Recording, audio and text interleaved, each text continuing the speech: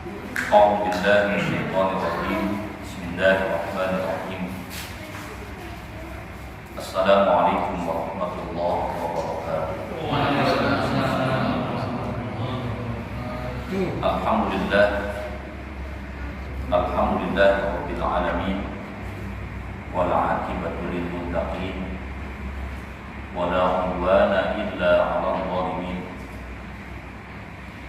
Asyhadu an la ilaha illallah waliyyul mu'minin wa asyhadu anna sayyidana wa nabiyyana Muhammadan 'abduhu wa rasuluhu al-mab'utsu rahmatan lil 'alamin. Allahumma shalli wa sallim ala sayyidina wa maulana Muhammadin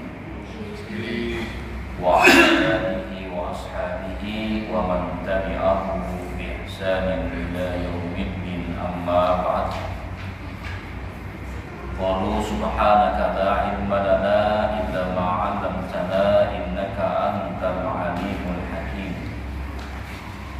Allahumma la sahla illa ma ja'altahu sahla wa anta taj'alul hazna idza syi'ta sahla wa 'allimna ma yanfa'una warzuqna 'uluman tanfa'una, amin ya rabbal alamin. Ma'asyiral muslimin, jamaah shalat hidayah yang dimuliakan oleh Allah Subhanahu wa taala. Pertama dan paling utama, marilah kita panjatkan puja dan puji syukur kita kepada Allah atas limpahan nikmatnya kepada kita. Alhamdulillah, di malam ini ala kulli hal kita masih diberikan nikmat sehat walafiat, nikmat iman dan Islam, sehingga kita dapat kembali berkumpul di mushola yang kita cintai.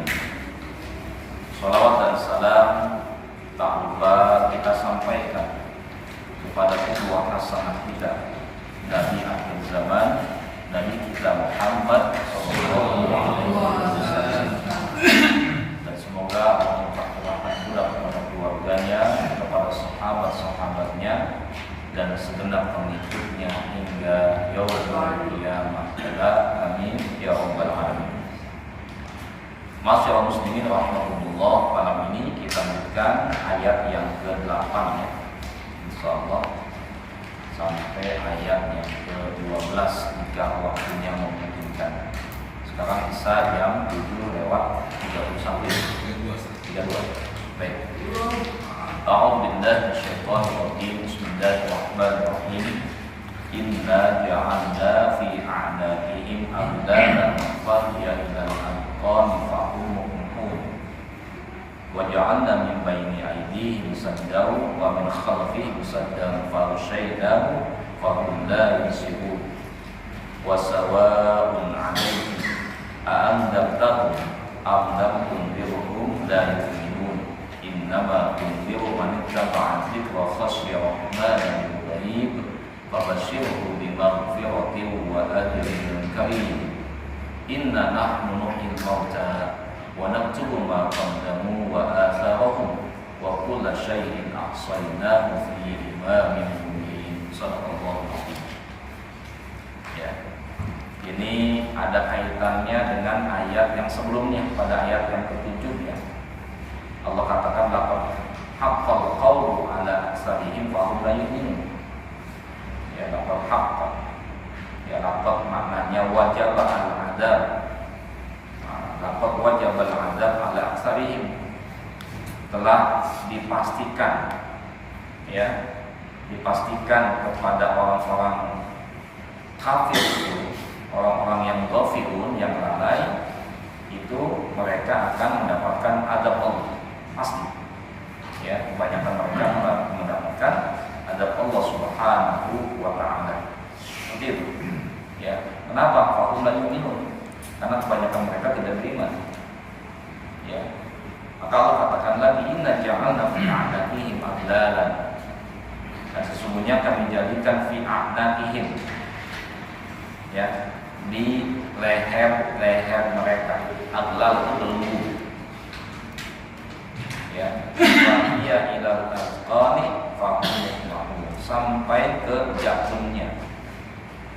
Jadi dari lehernya sampai ke jantungnya Mas Pak. Jadi kayak ada belenggu gitu ya, diikat di sini nih, ya. Dan posisinya itu dia nggak bisa memandang ke arah depan, apalagi ke samping kanan kiri, karena belenggu, sehingga apa? Pandangannya ke atas, begini, tertahan oleh belenggu yang ada di leher sampai ke jantungnya, ya.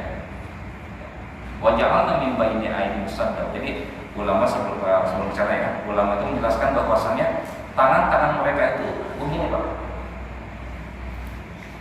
ya, sampai menekan ke jantungnya, apa jantung dagingnya, begini.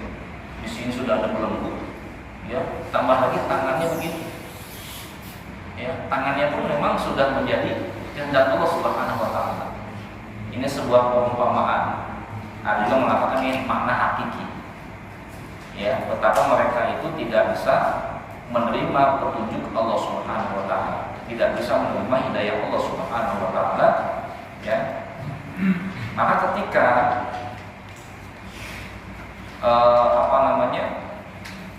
mereka ingin, ya, mendapatkan hidayah atau mereka ingin menerima hidayah Allah Subhanahu Wa Taala, ya, ingin mengimani apa yang datang dari Nabi Muhammad SAW, ya, tapi mereka apa? Terlambat, kesadarannya itu telat, ya, sehingga mereka hanya bisa melongo aja, nggak bisa ngapa-ngapain, memandang wajahnya atau kepalanya ke atas, ya. Waja'alna min baini aydihim sadda wa min khalfihim sadda faghshaynahum fahum la yubsirun. Dan telah kami jadikan di hadapan mereka penutup. Di hadapannya ada penutup. Penutup apa nih Pak? Ya, pandangan apa? Mereka tidak bisa memandang kebenaran. Ya. Wa min khalfihim sadda. Begitu pula di belakang mereka pun ada penutup yang menghalang.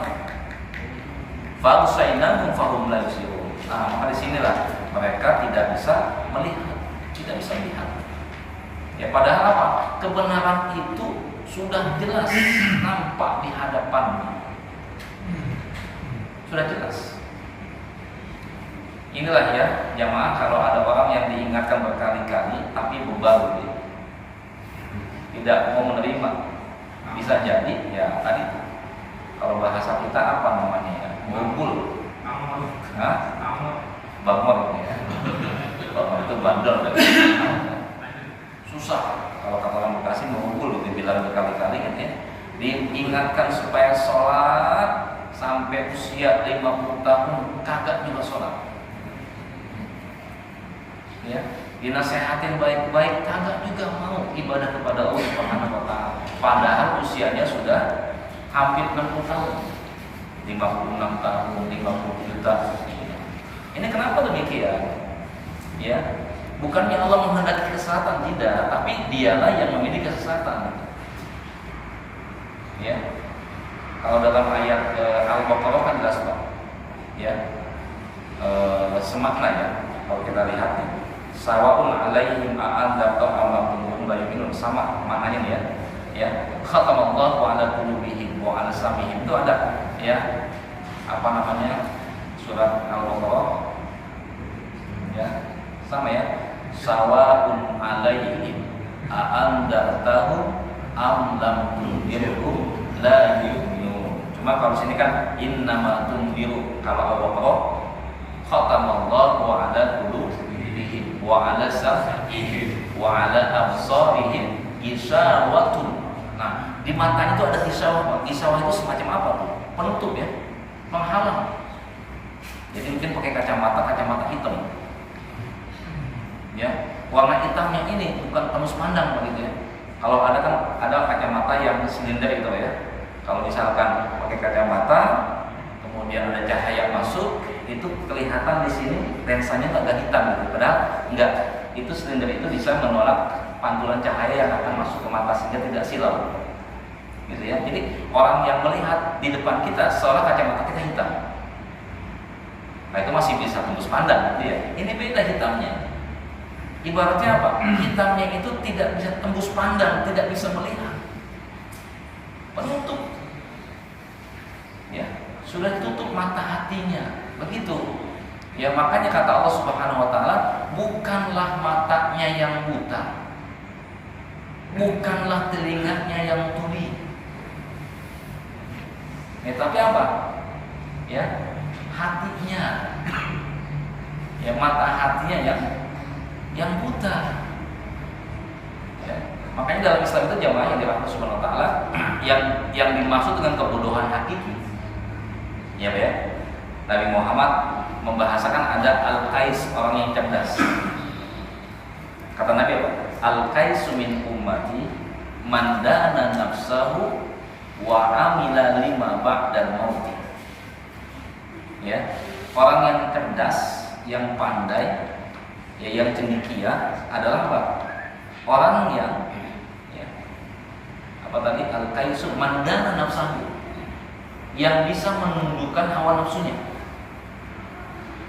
Wa amila lima ba'dal maut, dan dia mengamalkan, beramal untuk persiapan menghadapi kematian.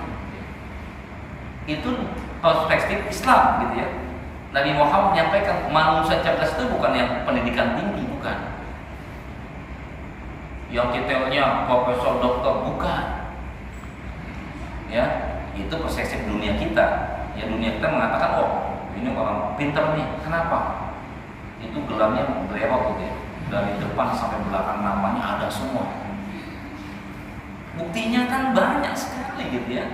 Fakta membuktikan bahwasanya ada orang yang memiliki bintang 3, bintang 2, bintang 4 sekalipun gitu ya, yang pangkatnya tinggi, ternyata dia adalah pelaku kejahatan.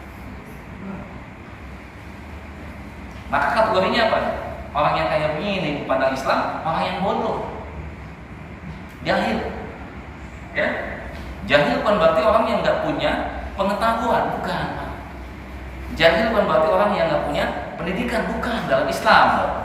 Ya, al-jahil adalah orang man la ya'rifu al-haqqa. Ya, la ya'rifu ma'rufa wa la yunkiru munkara.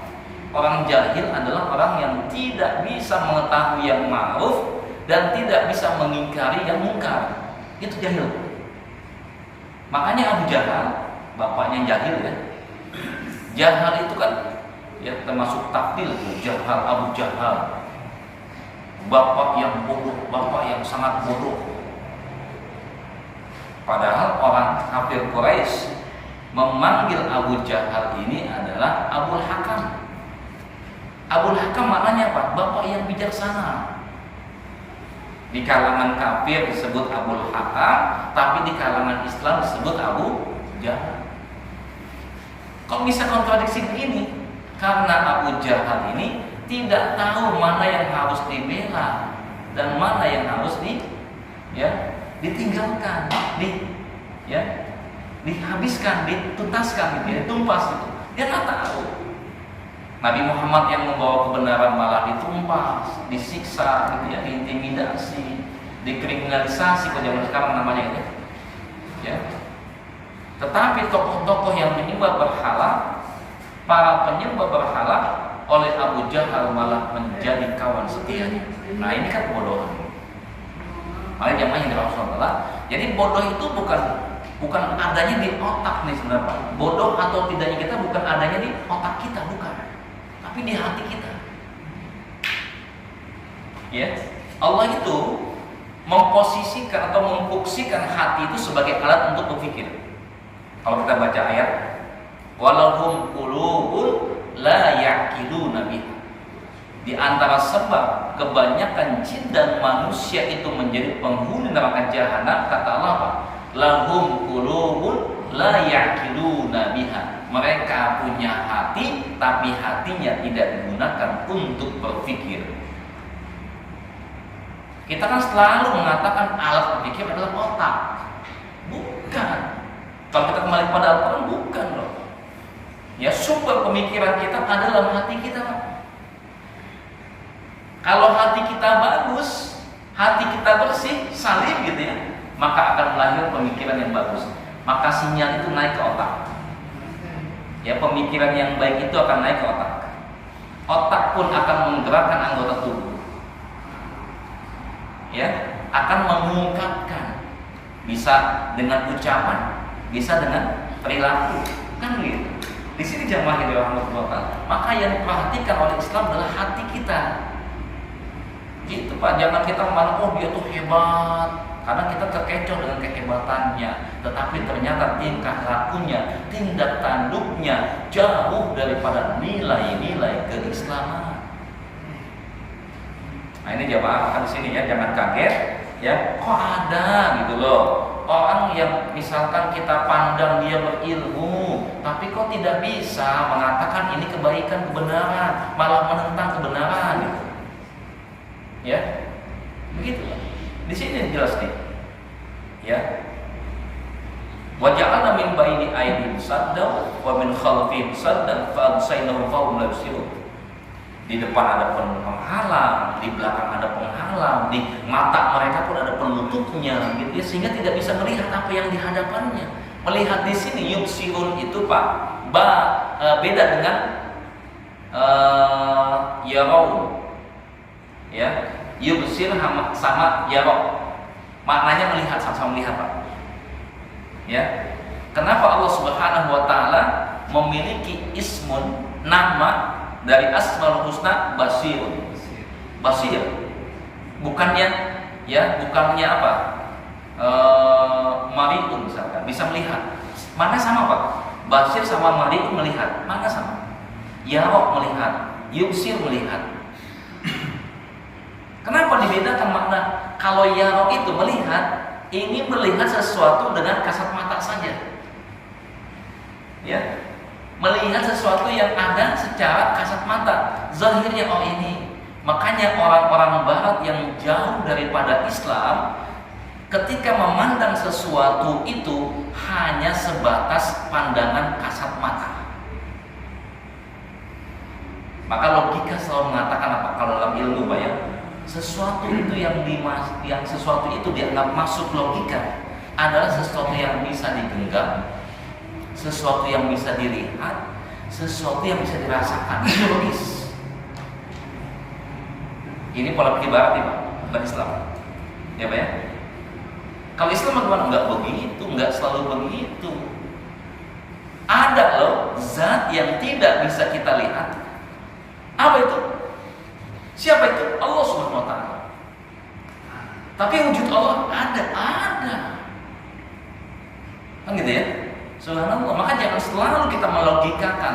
Maka makna yubsirun di sini bukanlah mereka itu tidak mampu melihat dengan mata mereka. Mereka mampu melihat dengan mata mereka. Bahkan Nabi kita Muhammad SAW hidup di tengah-tengah mereka. Hidup, jasadnya ada, wujudnya ada, bisa bicara dengan mereka, mencontohkan akhlak yang baik di hadapan mereka. Tapi kenapa mereka banyak menentang kebaikan-kebaikan dan kebenaran dakwah Nabi Muhammad SAW? Karena mereka hanya melihat dengan mata kasat mata mereka, mata telanjang mereka, gitu ya, tapi tidak melihat dengan mata hatinya. Maka yubsir ini maknanya adalah apa? Melihat dengan mata hati. Lebih tinggi Pak. Ya maka jangan kaget kalau ada ulama yang punya ilmu kasyaf. Apa kasyaf itu Pak? Ilmu yang dapat menembus batas. Kasyaf itu artinya apa? Pembuka. Kasyaf itu membuka. Ini adalah karomahnya ulama ini. Kalau sudah makomnya wali Pak, itu bisa. Tapi nggak dipesan ya. Ciri karomah itu nggak bisa diulang Pak, nggak bisa dipesan, nggak bisa diwaktukan. Ya. Contohnya apa? Ya selevel Umar bin Khattab lah. Umar bin Khattab radhiyallahu anhu.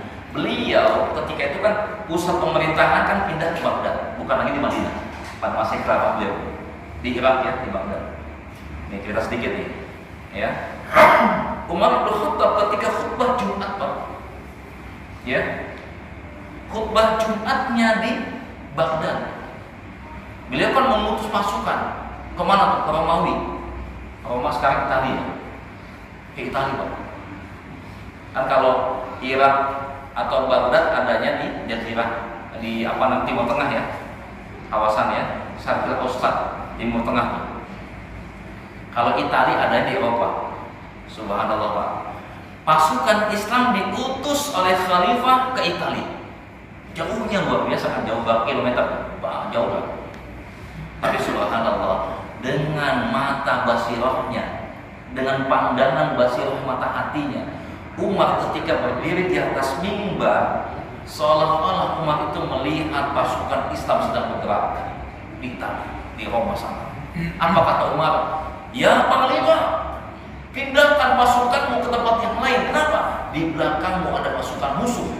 Subhanallah Pak.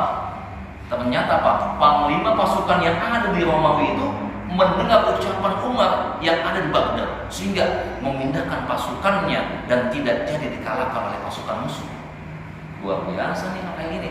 Kasaf ya, pandangannya jauh ke depan, menembus batas loh. Itu namanya karamah, kemuliaan yang Allah berikan pada wali-wali Allah. Dipesan lagi bisa nggak? Bisa. Apalagi ada COD-nya nggak bisa. Nggak bisa. Zaman sekarang kan ada Pak ya, yang katanya ilmu laduni. Ya, itu sama. Kalau laduni itu ilmu laduni, maknanya apa?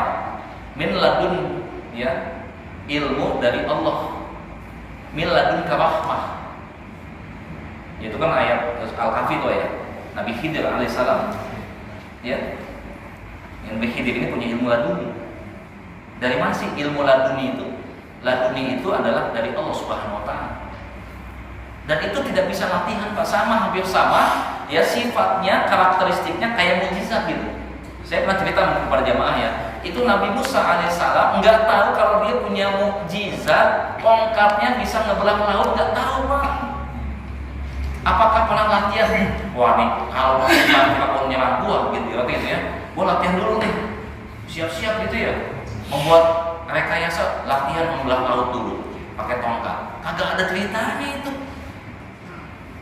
Ketika dikejar oleh pasukan Firaun, ya sudah terjebak di tepi pantai Laut Merah, itu ada rasa takut pada dalam hati Nabi Musa alaihissalam, sampai Bani Israil menyalahkan, ya nih Musa, karena elu nih kita begini. Coba dari awal kita nggak ngikutin dia, nyalahin Nabi Musa. Pada panik, pada gelisah gitu. Cuma kata Nabi Musa apa? Tenang, tenang. Inna ma'iya rabbi sayahdi. Tenang. Ada bersamaku Allah yang akan memberikan petunjuk kepadaku. Munajat kepada Allah, Pak. Tawakal kepada Allah Subhanahu wa Ta'ala. Akhirnya Allah pun berkata, ya Musa, idrib bi asaqal bahra, wahai Musa, pukullah dengan tongkatmu itu lautan. Itu adanya kapan? Itu di last minute. Detik-detik terakhir Pak, ketika masa-masa genting, tidak ada janjian. Baik COD kan gitu ya, nggak ada itu. Langsung dengan penuh keyakinan dia taat kepada Allah Subhanahu wa Ta'ala, dipukul itu laut, dus panfalalah laut, kemudian terbentuklah jalan yang bisa menyelamatkan Musa, Harun dan Bani Israil. Ini subhanallah gitu ya. Nah kalau misalkan ibaratnya, misalkan logikanya, misalkan main Pak ya, kayak logika manusia zaman sekarang nih. Oh kalau gitu enak kalau kita zaman Nabi Musa bikin jalan tol nggak usah ngutang-ngutang gitu ya. Nggak bisa janjiin, nggak bisa loh. Makanya salah Pak. Kalau ada yang pengen punya karomah, ada latihannya, itu bohong. Nah, bohong itu ujung-ujungnya pakai jin Pak. Yang namanya karomah itu murni. Sebabnya apa? Karena kita takwa kepada Allah. Ada kan hadis qudsi ya. Kata Allah apa nih maknanya nih ya. Saya nggak pernah baca matanya, tapi maknanya begini. Ya. Tidaklah seorang hamba mendekatkan diri kepadaku kecuali dengan ibadah yang aku telah fardukan kepadanya. Ya. Kemudian dia pun mendekatkan diriku dengan ibadah-ibadah tambahan, ibadah-ibadah sunnah, sampai aku mencintainya. Ini makomnya wali ini. Ya, jika aku sudah mencintainya, maka aku akan menjadi telinganya yang dia gunakan untuk mendengar, dan aku akan menjadi matanya yang dia gunakan untuk melihat, dan aku akan menjadi tangannya yang dia gunakan untuk meraba, dan aku akan menjadi kakinya yang dia gunakan untuk melangkah. Artinya apa? Bukan berarti ada wahdatul wujud ya, penyatuan zat Allah dengan manusia, bukan itu maksudnya. Maksudnya adalah pandangan dia, pendengaran dia, penglihatan dia, tindak tanduk dia, itu semua di bawah panduan Allah Subhanahu wa taala, di bawah petunjuknya Allah Subhanahu wa taala. Subhanallah Pak, kalau sudah semua pandangan kita, ya penglihatan kita, ucapan kita, genggaman kita, langkah-langkah kaki kita, semuanya sudah di bawah panduan Allah Subhanahu wa taala, maka makomnya adalah makom wali. Maka kata Nabi apa? Kata Allah ya dalam hadis itu, man adali waliya faqad adantuhu bil harbi. Siapa saja yang memusuhi wali-waliku, sungguh dia sudah memandangkan peperangan dengannya. Maka hati-hati Pak, jangan ngebenci ulama. Ya hati-hati nih, siapa tahu ulama itu makomnya udah makom wali, kita benci, ketulah kita Pak. Bukan gitu, hati-hati. Ini jemaah, ya tadi ya saya sedikit menyampaikan makna yusir dengan makna yaro. Melihat, makna sama melihat, memandang melihat sama. Tapi kenapa di sini ayat menggunakan ya pada ayat yang ke bawah tadi 9 ya, dikatakan fahum la yusirun, mereka tidak bisa melihat. Ya, mereka tidak bisa melihat, ya orang kafir ini nggak bisa melihat. Apa yang dilihat bukan hanya sosok Nabi Muhammad yang nggak bisa dilihat, karena ada yang menisbatkan ayat ini terkait dengan apa tuh? Ya, dengan peristiwa hijrahnya Nabi Muhammad ya. Ya Pak ya. Sebenarnya harus cari dulu sanadnya nih. Ya. Sehingga zaman sekarang ada Pak, ada yang takut ketilang sama polisi baca ayat ini, supaya polisi kagak lihat tuh. Ya, gimana tuh hukumnya tuh? Ya semua tergantung niatnya masing-masing. Ya, kalau tawasul dengan amal soleh boleh Pak, tapi jangan sampai menjadikan ayat untuk melakukan kemaksiatan gitu. Gue mau jadi maling nih, baca doa ini gitu. Gak bisa. Sampai sama tadi tuh melanggar lalu lintas pakai ayat ini supaya kelihatan, nggak boleh. Nggak boleh Pak ya, menggunakan ayat-ayat Allah untuk kebatilan. Karena ada loh ya dukun ya supaya kelihatan Islami, pertama baca Al-Fatihah. Al-Fatihah sudah, baca Al-Falaq sudah, baca Anas, mantap banget loh ya, ujung-ujungnya keluarin kerisnya ya. Ada lagi apalagi tuh wayang semak keluarin, batu segala macam gini-gini. Wah, dukun kalau udah gitu ya. Hati-hati, itu ada yang begitu Pak. Kalau memang ingin murni Islami dari awal sampai akhir, dia menggunakan tata cara Islami. Begitu. Nah, ya, yubsirun, ini orang-orang kafir ini tidak bisa melihat kebenaran yang ada pada sosok Nabi kita Muhammad Sallallahu Alaihi Wasallam. Apakah manusia kayak begini saat ini ada? Banyak. Siapa mereka yang suka mencaci maki Nabi Muhammad, menghina Nabi Muhammad? Ya, itu Pak. Menghina ayat Al-Quran. Ini kelompok-kelompok spilis. Spilis itu panjang daripada sekularisme, pluralisme, liberalisme. Nah, spilis nih. Ya, spilis kan jenis penyakit kelamin ya. Iya. Lebih bahaya bahkan dari penyakit kelamin. Penyakit-penyakit fisik kemungkinan ada sembuhnya ya. Tapi kalau sudah penyakitnya pola pikir, bahaya. Apalagi sudah sampai kepada keyakinan bahaya. Sekularisme ini memisahkan antara agama dengan kehidupan sosial. Bisa Pak. Makanya sekarang kan ada udahlah kalau nggak boleh ada politik identitas itu sengaja tuh. Ya, orang lain boleh pakai identitasnya, orang Islam nggak boleh pakai identitasnya. Kan aneh ya? Kenapa nggak boleh begitu? Ya, karena mereka tahu kalau umat Islam ini semuanya disatukan dengan kekuatan Islam, kekuatan Al-Quran dan As-Sunnah, siapapun yang dihadapi pasti akan kalah menghadapi umat Islam. Makanya nggak mau mereka hati-hati dengan politik identitas. Itu sengaja. Kalau di masjid jangan bicara politik lah. Yang non Muslim Pak bicara politik tempat ibadah mereka loh. Yang nggak boleh itu politik praktis. Tapi kalau bicara tentang politik Islam ya, bagaimanakah tuntunan Islam memilih pemimpin? Itu ada tuntunannya loh. Ya, tentang sosok pemimpin Islam yang ideal bagaimana? Itu ada ilmunya. Masalah politik apalagi Pak? Hukuman undang-undang dalam Islam misalkan. Itu masalah politik juga tuh. Hukuman kisos itu politik Pak. Makanya umat Islam sampai sekarang nggak bisa tuh ya memasukkan poin-poin kisos ini ke undang-undang. Tahu apa yang nggak bisa? Karena masih begitu mindsetnya Pak. Meskipun dia profesor doktor tapi anti kepada ya hukum-hukum Islam dipertanyakan. Bisa-bisa dia la yusiru. Orang yang tidak bisa memandang kebenaran itu. Ya baik. Wasawun alaih sama saja ya. Diingetin sama anda tahum diingetin lam tundirhum tidak juga diingatkan oleh engkau ya Muhammad la yu'minun mereka tidak beriman.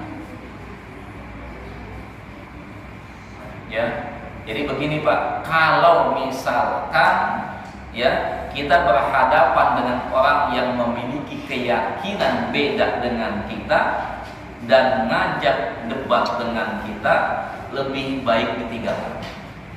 Begitu? Ya Pak ya? Paham nggak maksudnya? Jadi kalau kita datang nih, misalkan dengan orang yang beda dengan kita keyakinannya, debat dengan kita Pak, nggak usah Pak. Ya, kita cukup dengan doakan saja lah. Capek. Apalagi yang kita hadapi misionaris itu, wah, repot. Ya, kecuali kita punya kemampuan gitu loh, punya kemampuan untuk mengalahkan dia. Jadi dalam hal ini Pak, ada ulama-ulama khas. Kalau di kita ada ulama yang namanya Ustadz Dr. Zakir Naik. Nah, iya, dulu ada Ahmad Didat ya, Abu Didat, Ahmad Didat, itu tuh, ya boleh tuh Pak. Tapi kalau kayak kita jangan dah. Kita nggak kuat, jangan-jangan nanti malah kita yang kalah. Kita hindari saja. Ya, karena mereka sudah punya keyakinan. Ya, sama begini Pak. Ya, dalam hal masalah fikih saja. Fikih misalkan ya, masalah kunut subuh dengan tidak kunut subuh. Si fulan udah yakin kunut subuh itu bid'ah. Ngajak diskusi sama kita Pak. Dia sudah kekeh pokoknya kunut subuh bid'ah. Kita enggak gitu ya. Kalau dalam bahasa Syafi'iyah sunnah muakkadah bahkan. Yang biasa kunut subuh lupa ya, itu bisa diganti dengan sujud sahwi kan gitu dalam fikih Syafi'iyah kan gitu. Ya. Nah, dia enggak mau mengakui itu. Terjadi perdebatan percuma. Ya, Anda ingin memperdebatkan keyakinan enggak bakalan ketemu. Tapi kalau Anda ingin bedah ilmu boleh. Gitu ya. Beda nih ya. Makanya beda. Tanya dulu. Kalau ada yang nanya, ada yang ngajak bicara masalah-masalah yang sensitif tadi itu. Ya, ini kita mau nambah ilmu apa hanya debat biasa? Kalau ingin nambah ilmu, saya ladeni. Ya. Kalau nambah ilmu Pak Nabi, yang ada kita akan menambah hasanah ilmuwan. Gitu ya, hasanah ilmu kita akan bertambah. Dan ketika kita bedah ilmu, maka masing-masing punya kesempatan untuk menyampaikan dalilnya, hujahnya, referensinya, kasih kesempatan. Itu dah di situ yang disebut dengan diskusi, bukan perdebatan debat kusir, Pak. Maka saya paling nggak suka tuh di televisi debat kusir, ujung-ujungnya pada bengong gitu. Kesimpulannya apa gitu? Ujung-ujungnya dua-duanya ketawa-ketawa, kita yang bingung. Kan kejadian gitu, Pak ya. Lupa, sampai gini-gini. Begitu selesai ending time-nya, salaman. Kita yang nonton malah, ini kita yang mana nih gitu kan? Itu sengaja buat begitu, Pak. Memang tujuannya buat tontonan, bukan tuntunan. Ya karena kita salah juga memposisikan acara debat di televisi itu sebagai acara tuntunan. Salah, tontonan aja, hiburan aja lah. Sama kayak nonton Smackdown gitu. Gak usah, Pak, kita ngedukung si A. Capek, kenapa? Memang udah disetting itu begitu. Masa ada yang dibanting berkali-kali kagak mati? Ya, ditindih sama badannya gede, dipukul pakai pakai kursi segala macam. Saya bingung, itu kagak luka-luka gitu ya. Masih kuat-kuat aja ini. Wah, ternyata setting semua. Kayak gitulah kalau di televisi, Pak. Ya, kalau sudah ada acara debat-debat gitu, mendingan gak usah, Pak. Buang-buang waktu. Ya, kalau mau ada seminar, beda lagi seminar betul. Ya, itu hasanah keilmuan yang dibuka. Kayak begini nih, ya misalkan, bagaimanakah hukum kunut subuh? Saya tidak akan mengatakan yang benar itu kunut subuh itu adalah sunnah muakkadah, yang lain salah. Saya nggak ngomong gitu, Pak. Meskipun saya melakukan kunut subuh, saya akan mengatakan apa? Dalam hal ini ulama beda pandangan. Ya gitu ya. Bagaimana tahiyat yang benar? Saya bilang, kalau saya mengamalkan yang begini, asyhadu an la ilaha illallah, yang benar begini kayak saya ini. Yang lain bid'ah sesat. Nggak bisa begitu. Karena kenapa? Ini fikih. Fikih itu maknanya pemahaman. Ya, pemahaman para ulama-ulama. Ya, dari sandarannya Al-Quran dan As-Sunnah. Ketika pemahaman ini, ya, maka bisa memunculkan pemahaman yang beda-beda sesuai dengan apa? Kadar kemampuan akal mereka dan juga apa? Kondisi lingkungan mereka. Gitu. Ya, bisa hadisnya mungkin lingkungannya banyak hadis palsu, sehingga hati-hati banget pilih hadis. Ya, ada lingkungannya banyak sekali hadis-hadis yang kuat gitu kan ya, tapi oleh si A dikatakan itu hadisnya dhaif, tapi oleh si B dikatakan hadisnya enggak, ini hadisnya hasan. Dibuka semuanya. Maka saya nggak suka kalau ada yang nanya, misalkan satu permasalahan yang ada ikhtilaf di dalamnya, itu ustadz langsung mengatakan dengan keyakinan dia, karena dia mengamalkan yang A gitu ya, dia katakan apa? Yang benar itu yang A, yang lain salah, sesat, bid'ah. Padahal pendapat-pendapat yang lain itu pun diungkapkan oleh ulama. Nah, ada juga tuh Pak ulama kayak begini nih. Ya, ada yang sekulernya sekuler agama. Ya, fokus pembahasannya ibadah aja. Masalah muamalah kagak dibahas. Ada nih. Ya, ada sholatnya bagus banget, khusyuk banget, sopnya aja nggak mau sejengkal pun ada kerenggangan, dirapetin terus sampai ada yang keinjek, kelingking. Karena ada gitu ya. Dikejar terus tuh. Nggak begitu juga kan, ternyata kan enggak ya. Ya, cukup sejajar saja begini. Sudah, nggak usah nonton begini, Pak. Ada tekan begini sampai keinjek jempol ini. Gak begitu juga, ini namanya kaku pola pikirnya. Sejajar, qadam bil qadam, kaki ketemu kaki, ya, ya, apa namanya nih, mankibain, ya, bahu ketemu bahu.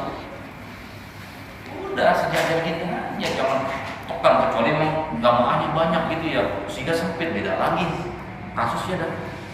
Nah, jangan disampaikan apa adanya. Ini ada juga nih ya, ada yang seperti itu, Pak. Jadi nggak boleh kita membahas masalah-masalah ini, cukup fokus ibadah saja. Oh tidak, Islam itu adalah agama yang universal.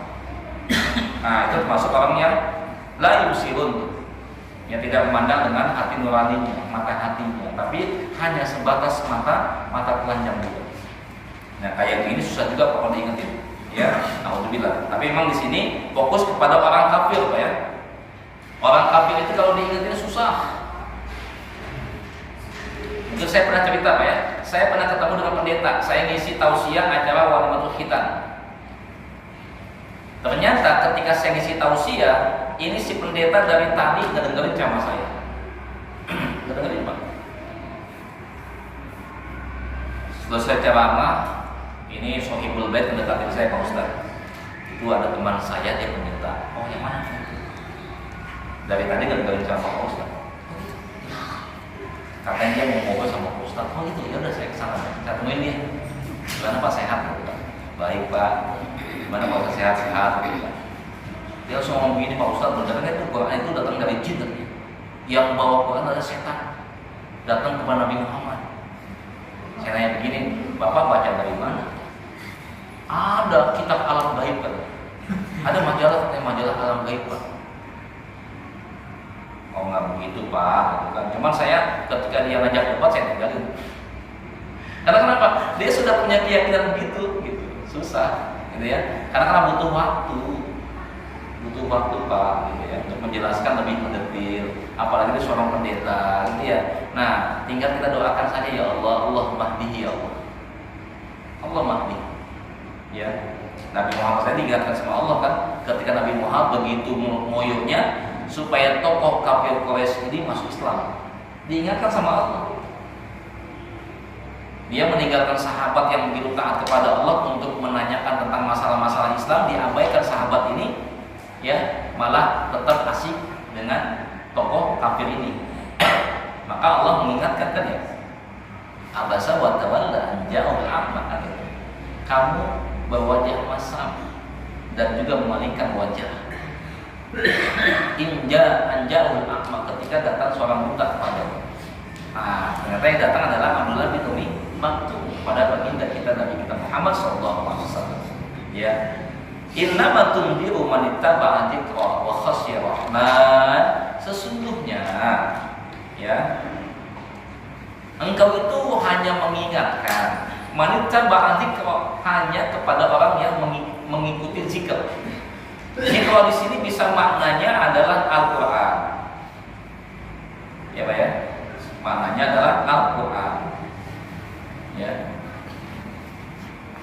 Ada juga maknanya, makna zikir sendiri, mengingat Allah. Jadi peringatan yang diberikan oleh Nabi kita Muhammad SAW bukan untuk orang kafir itu. Karena mereka sama saja, engkau ingatkan atau engkau tidak ingatkan, mereka tidak akan beriman. Tetapi engkau memberikan peringatan hanya kepada siapa?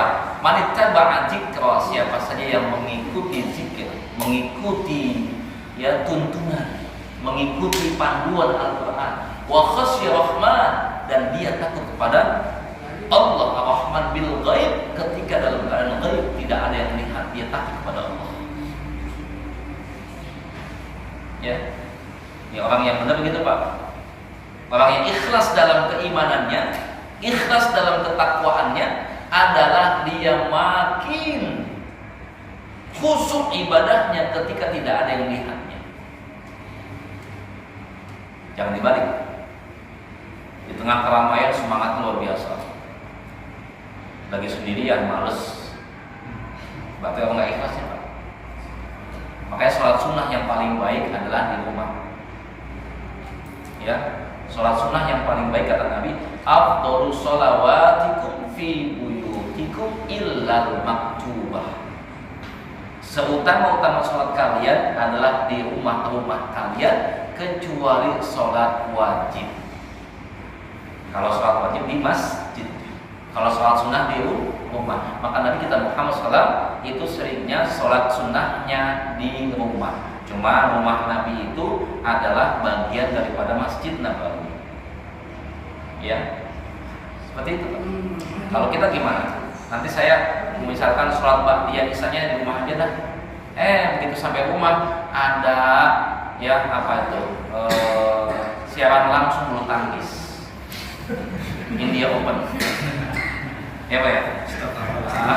Saya tahu juga soalnya. Waduh, ini si Ginting main lagi. Nanti dulu. Malah sampai jam 11 belum sholat sunnah ba'diyah. Niatnya di rumah sholat sunnah ba'diyah ya Pak ya. Nah, makanya di sini kita siasati boleh sholat sunnah di masjid. Tapi memang kalau pengen lebih khusyuk, lebih ikhlas di rumah sholat sunnah lebih afdal. Gitu. Tapi udah dapat niat kan? Ya? Udah dapat niatnya. Dapat niatnya.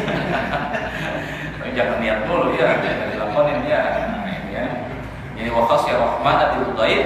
Nah, kepada orang seperti ini nih, yang suka ngikuti zikir, ngikuti panduan Allah Subhanahu wa taala, takut kepada Allah Subhanahu wa taala dalam kesendiriannya, fabasyiruhu bimaghfiratin, berikanlah berita gembira kepadanya bimaghfiratin, dengan ampunan.